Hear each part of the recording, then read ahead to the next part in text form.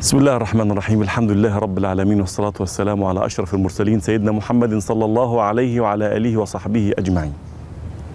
القرآن الكريم يحدد صفات المجاهدين في سبيل الله، حتى لا تلعب الدنيا بنفوسهم وتسيطر الأهواء على أغراضهم، فجاء يرسم المسار ويحدده.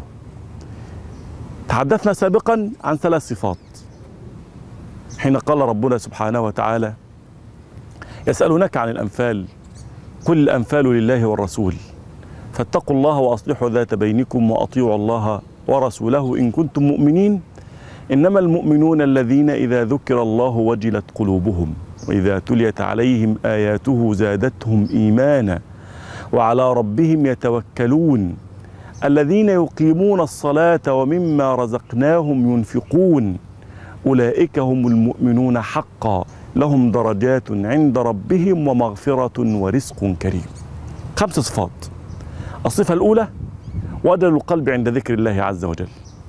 الصفة الثانية: زيادة الإيمان عند تلاوة آيات القرآن. الصفة الثالثة: التوكل على الله سبحانه وتعالى. الرابعة: إقامة الصلاة. الخامسة: الإنفاق في سبيل الله. فلماذا الصلاة إلى جوار الجهاد؟ لأن الصلاة صلة بين العبد وربه، يستمد منه القوة الكبرى ويستعين بها على الجهاد في سبيل الله.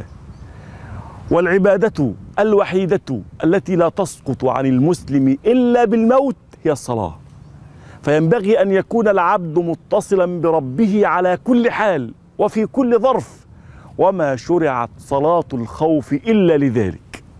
فالمسلمون في مواجهة الأعداء يصلون ويتمسكون بهذه العبادة المفروضة عليهم حتى يكونوا دائما على اتصال بالله عز وجل، ثم ينفقون في سبيل الله كما بذلوا أنفسهم يبذلون أموالهم.